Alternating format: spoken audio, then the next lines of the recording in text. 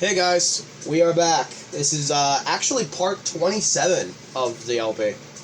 Crazy, right? Crazy? Oh, fuck's sakes. Hey Joe, did I say it? Did I? No. Did I do? I'm gonna suffocate you. Okay, it moves a bit. We can't get the good view of that chick. Yeah, we can. So let's go back to the program screen, shall we? Yes. Chicken! Yes, that would have gone a little tiny bit better. It looks like you tilt the stick node on, it doesn't output more than one. So we can only move 1 meter. I think this time has come for this episode's guest star.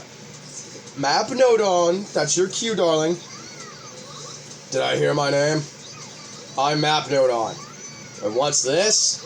When I look at the stick Nodon and the game screen Nodon, is it just me or is that a very odd connection between them?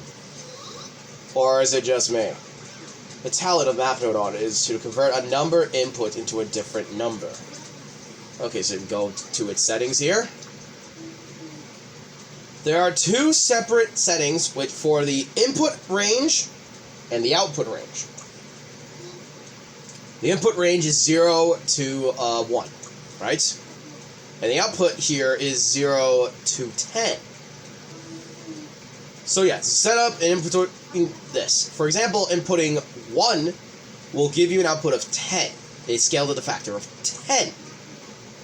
An input of 0.5 will be an output of 5. And 0 will just basically be 0. So the input is changed on the scale according to both the range and the output range, the input range, that we set for the Nodon. Then it's set as the output. So Joe, can you guess what this math is? Do you remember the median, where all the these numbers? Remember that? Yeah. Ah, the memories. It's middle school math! Yep, so every math actually matters in the IRL world, especially programming. I wish that I would have. So we have to delete this connection here. So what we're going to do is we're going to connect the amount tilted into the input here. And we're going to put output into the game screen and connect that there. So now the map Nodon receives the output range of 0.00 to 1 from the stick Nodon. It'll scale up to the number between 0 and 10 and then send that along the game screen Nodon. Let's see how it changes up the movement to the game screen. Yeah, let's check that out, guys. Tilt to the right. Oh! Now it moves even further than you see the chick. That's because the stick's outputs Nodon to 1. To convert the Nodon to the output of 0 to 10. Let's try moving to the right again.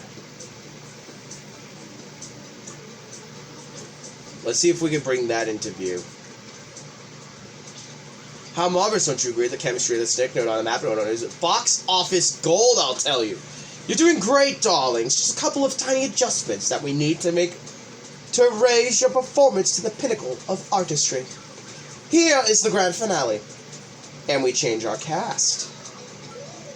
Hello, Dry Crunch. I am called Counter Nodon because that is my name. I am counted to a stick through a constant Nodon. Who do we have here, Counter Nodon? Is that you? The constant Nodon 2 connected up to right beside Counter Nodon. A three-way connection, oh my, it's getting quite complicated. You can calm down, Map Nodon, because I can assure you that everything is written in parameters. I'm making my brother's head hurt. With the constant Nodon providing input to the counter Nodon, counter Nodon's number will increase at the rate of 60 per second. And then the counter Nodon's output will reach map Nodon as input, do you see? So let's look at the map Nodon settings here. The input range is in between 0 to 60. We see the number 60 before, haven't we? The same number the counter Nodon counts in a second. And now the output is between 0 and 2. These settings will convert an input of 60 and an output into 2. An input of 30 equals to 1. Before the numbers convert into larger but this time the numbers are converted smaller, so it's scaled down. Counter Nodon's number increases at the rate of 60 per second, and this is sent to the map Nodon. Since 60 converts to 2, the number sent output increases by 2 a second. So we can close that setting here. So we connect the map Nodon to the game screen's export, right here. And if the game screen's Nodon gets input increased by 2.00 per second. What will happen to the game screen? Okay. The game screen is auto-scrolling. By using the counter Nodon and the map Nodon to generate input increased by 2 seconds, you can make a game screen scroll in 2 meters per second round. Oh goodness, someone's been very busy. Let's go to the program screen. Splendid, you return. What an awarding performance. It would bring tears for the hardest-hearted Nodon. Be sure to tell the auto-scroller yourself, Dry Crunch. Thanks for coming to see us. You were a great audience. Alright, that lesson's over. Now we're going to get into destructive and destructible settings. Alice's Guide. Hello, Dry Crunch. Here we have a person, a sphere, and a box. And all of them have both destructive and destructible enabled. You can move the B person and press B to see what happens if you bump into a sphere or a box. Okay, so we don't want is either thing to break on contact. We should change it so the person can set the sphere rolling. We also want the sphere person to set in motion will break the box. Let's go to the screen and see if we can figure this out. Oh, hey, Dry Crunch! Want to get the ball rolling, both literally and figuratively? You can do that in properties. You already knew that, didn't you? That's alright, you better not underestimate our Dry Crunch. So we go to settings here, go to the properties, and first thing we need to set is the sphere to be unbreakable. So we disable destructible here, and now that should make things easier for our player character. So disable destructive too. Now the person should be able to set that sphere rolling. So we can close the settings here, and now see how this works. Yay, the ball's in the perfect roll, but the box doesn't break. Yes, I really want the box to shatter into pieces when the sphere hits it. But if we enable destructive for the sphere, that'll just break the person again. We can always just go into the person settings to make them indestructible. But what if I show you a way you can do it without messing with the person's properties? So we can go back to the game screen and we're going to learn this. So you want to break the sphere to break the box without breaking the person. There's a clever trick to that. Did you do it? Look, if you're going to explain, then explain. Stop dropping cryptic hints. So right, Dragons, we're going to inspect objects, we're going to go to the settings, and look at the icon that says destructive. That icon opens up advanced properties for destructive settings. Can you open it? Yes?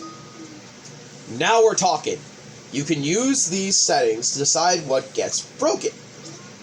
So now we're going to do it for it only enables the box to be destroyed here. So now we should have a sphere that can only break boxes. We're going to close that, and we're going to close the settings. And we're going to check the game screen. Okay, boot the person into the sphere, and let's see the sphere smash the box. Okay. Right, the person doesn't break even when the sphere hits them. That is good. And when the sphere hits the box breaks.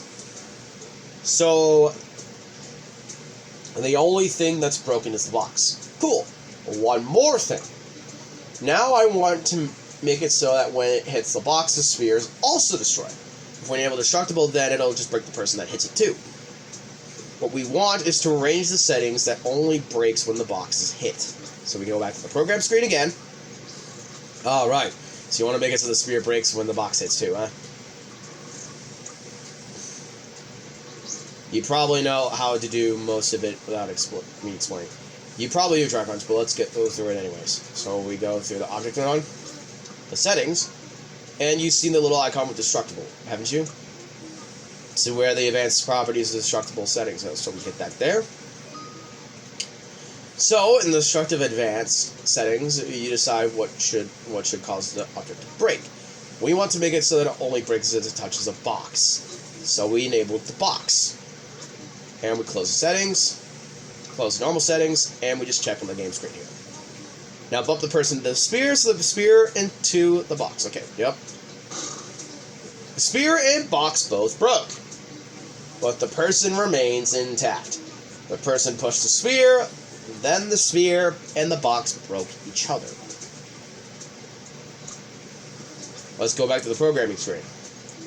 So I hope you learned a few tips on how to use advanced properties.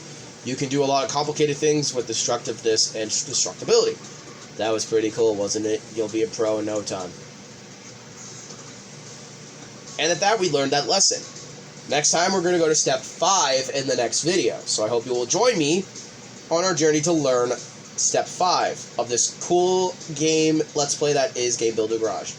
I will catch you all later in the next vid. Bye, guys, and stay crispy.